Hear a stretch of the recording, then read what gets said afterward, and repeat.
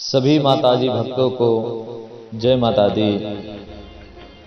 आज हम आप सभी के बीच माँ भगवती दुर्गा पाठ के बारे में या उसके पाठ के चमत्कार के बारे में बताने जा रहा हूँ। दुर्गा सप्तशती चमत्कार नहीं, एक वरदान है। जाने दुर्गा सप्तशती पाठ के चमत्कार। दुर्गा सप्तशती एक ऐसा वरदान है, एक ऐसा प्रसाद है, जो भी प्राणी इसे ग्रहण कर लेता है वह प्राणी धन्य हो जाता है। जैसे मछली का जीवन पानी में होता है, जैसे एक वृक्ष का जीवन उसके बीज अंकुर में होता है, वैसे ही माँ के भक्तों के लिए उनका जीवन, उनके प्राण दुर्गा सप्तशती में स्थित होता है। इसके हर अध्याय एक खास और अलग उद्देश्य बताया गया है और ये देवी के विभिन्न शक्तियों को जागृत करने के 13 ब्रह्मास्त्र कहे गए हैं। दुर्गा सप्तशती के पाठों का महत्व।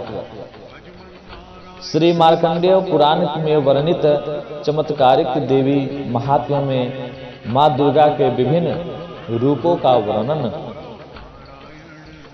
इसे स्वयं ब्रह्मा जी ने मनुष्यों की रक्षा के लिए बेहद गुप्त और परम उपयोगी मनुष्य का कल्याणकारी देवी कवच बताया गया है।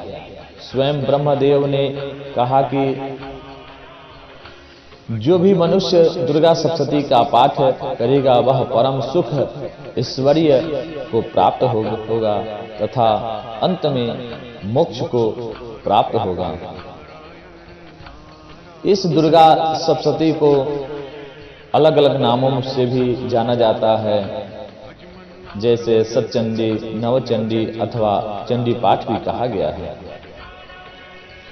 ये एक जागृत तंत्र विज्ञान है।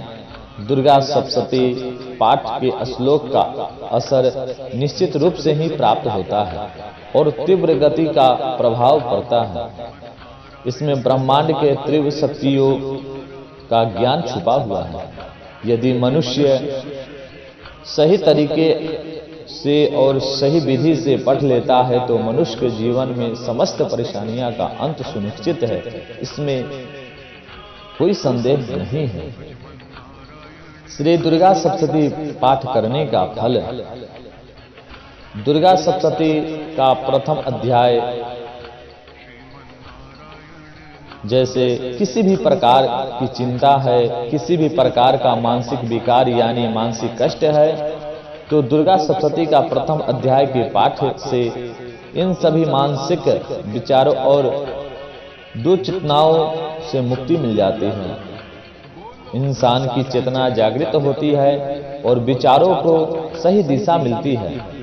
किसी भी प्रकार के निगेटिव विचार आप पर हावी नहीं होते हैं। अतः दुर्गा सप्तशती के पहले अध्याय से आपको हर प्रकार का मानसिक चिंताओं से मुक्ति मिलती है। दूसरा अध्याय जैसे श्री दुर्गा सप्तशती के दूसरे अध्याय के पाठ से मुकदमे में विजय मिलती है। किसी भी प्रकार का आपका झगड़ा हो, विवाद हो, उसमें शांति आती है और आपके मान सम्मान की रक्षा होती है। दूसरा पाठ विजय के लिए होता है, लेकिन आपका उद्देश्य, आपकी मनसा सही होना चाहिए, तभी ये पाठ फल देता है। अगर आप झूठ की बुनियाद में कभी इस पाठ का करते हैं और चाहते हैं कि माँ आपकी सहायता करे, तो ये आपकी बहुत बड़ी भूल है। तीसरा अध्याय दुर्गा सप्तशती के तीसरे अध्याय का पाठ शत्रुओं से छुटकारा प्राप्त करने के लिए किया जाता है। दोस्तों, शत्रुओं का भय व्यक्ति के जीवन में बहुत बड़ा पीड़ा का कारण होता है,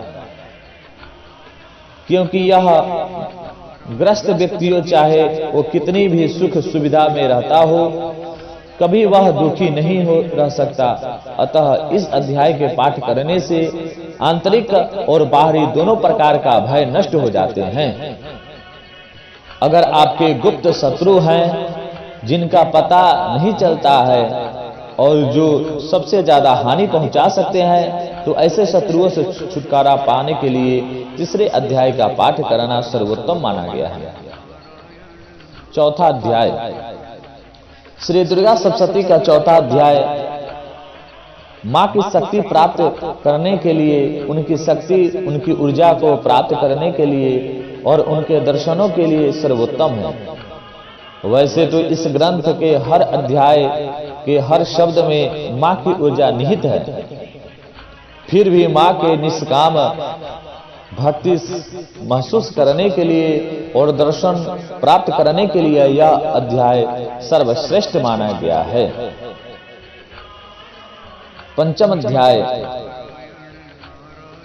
श्री दुर्गा सप्तशती के 5वें अध्याय के प्रभाव से हर प्रकार के भय का नाश होता है, चाहे वो भूत प्रेत की बाधा हो या बुरे स्वप्न से परेशान करते हो या व्यक्ति हर जगह से परेशान हो, तो 5वें अध्याय के पाठ से सभी चीजों से मुक्ति मिलती है।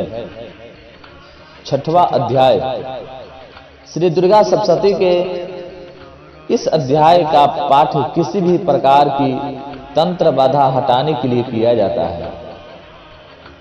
इसके अलावा आपको लगता है कि आपके ऊपर जादू टोना या किया गया हो, आपके परिवार को बांध दिया गया हो या राहु केतु से आप पीड़ित हो, तो 6वें अध्याय का पाठ इन सभी कष्टों से आपको मुक्ति दिलाता है। दुर्गा सप्तशती के 7वें अध्याय किसी भी विशेष कामना की पूर्ति के लिए 7वां अध्याय सर्वोत्तम है। अगर सच्चे और निर्मल दिल से मां की पूजा की जाती है और 7वें अध्याय का पाठ किया जाता है, तो व्यक्ति की कामना पूर्ति आवश्यक होती है और जल्द होती है। 8वां अध्याय अगर आपका कोई प्रिय आपसे बिछड़ गया है, कोई गुमशुदा है और आप उसे ढूंढ कर थक चुके हैं, तो 8वें अध्याय का पाठ चमत्कारिक फल प्रदान करता है। बिछड़े हुए लोगों से मिलने के लिए, इसके अलावा वशीकरण के लिए भी इस अध्याय का पाठ किया जाता है। लेकिन वशीकरण सही व्यक्ति के लिए किया जा रहा है, सही मनसा के साथ किया जा रहा हो, इसका ध्यान रखना बहुत आवश्यक है, नहीं तो फायदे की जगह नुकसान भी हो सकता है। इसके अलावा धन लाभ के लिए, धन प्राप्ति के लिए भी 8वें अध्याय का पाठ बहुत ही शुभ माना गया है।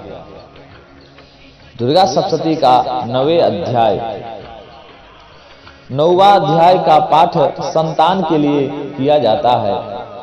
पुत्र प्राप्ति के लिए या संतान से संबंधित किसी भी प्रकार की परेशानियां निवारण के लिए दुर्गा सप्तशती के 9वें अध्याय का पाठ किया जाता है। इसके अलावा संतान की उन्नति प्राप्ति के लिए तथा किसी भी प्रकार की खोई हुए अमूल्य वस्तु की प्राप्ति के लिए 9वें अध्याय का पाठ करना उत्तम है। यह आपकी हर मनोकामना पूर्ण करने में सहायक करता है। 10वां अध्याय दुर्गा सप्तशती का 10वां अध्याय अगर संतान गलत रास्ते पर जा रही हो या जाता हो, तो ऐसी भटकी हुई संतान को सही रास्ता दिलाने के लिए 10वां अध्याय का पाठ सर्वश्रेष्ठ है। अच्छे और योग्य पुत्र की कामना के साथ अगर 10वें अध्याय का पाठ किया जाए, तो योग्य संतान की प्राप्ति होती है और संतान सही रास्ते पे चलते हैं। 11वें अध्याय अगर आपके व्यापार में हानि हो रही है, पैसे के जाना रुक नहीं रहा है, किसी प्रकार से धन की हानि हो रहा है, तो इस अध्याय का पाठ करना चाहिए। इसके प्रभाव से आपके अनावश्यक खर्चे बंद हो जाएंगे और घर में सुख शांति का वास रहता है। 12वें अध्याय श्री दुर्गा सप्तशती का 12वें अध्याय। इस अध्याय का पाठ करने से व्यक्ति को मान सम्मान की प्राप्ति होती है। इसके अलावा जिस व्यक्ति का गलत दोषारोपण कर दिया जाता है, जिससे उसके सम्मान की हानि होती है, तो ऐसी स्थिति में बचने के लिए दुर्गा सप्तशती के 12वें अध्याय का पाठ करना चाहिए तथा रोगों से मुक्ति के लिए भी दुर्गा सप्तशती का 12वें अध्याय का पाठ करना असीम लाभकारी है। कोई भी ऐसा रोग जिससे आप बहुत सालों से दुखी हैं और डॉक्टर की दवाइयां का भी असर नहीं हो रहा है, तो 12वें अध्याय का पाठ करना आपको आवश्यक करना चाहिए। यह बहुत ही शुभ फलदायी होता है। श्री दुर्गा सप्तशती के 13वें अध्याय का पाठ मां भगवती की भक्ति प्रदान कराता है तथा किसी भी साधना के साथ मां की पूर्ण भक्ति के इस अध्याय का पाठ अति महत्वपूर्ण है। किसी विशेष मनोकामना को पूर्ण करने के लिए, किसी भी इच्छित वस्तु के प्राप्ति के लिए यह अध्याय का पाठ करना अत्यंत प्रभावी माना गया है। ये रहा आपका मां भगवती दुर्गा का 13वें अध्याय से वर्णित जानकारियां। जो भी भक्त श्रद्धा विश्वास के साथ इन 13वें अध्याय का पाठ करते हैं या विद्वान ब्राह्मणों से कराते हैं, तो मां भगवती विशेष प्रसाद, विशेष कृपा प्रदान करती है। जय माता दी।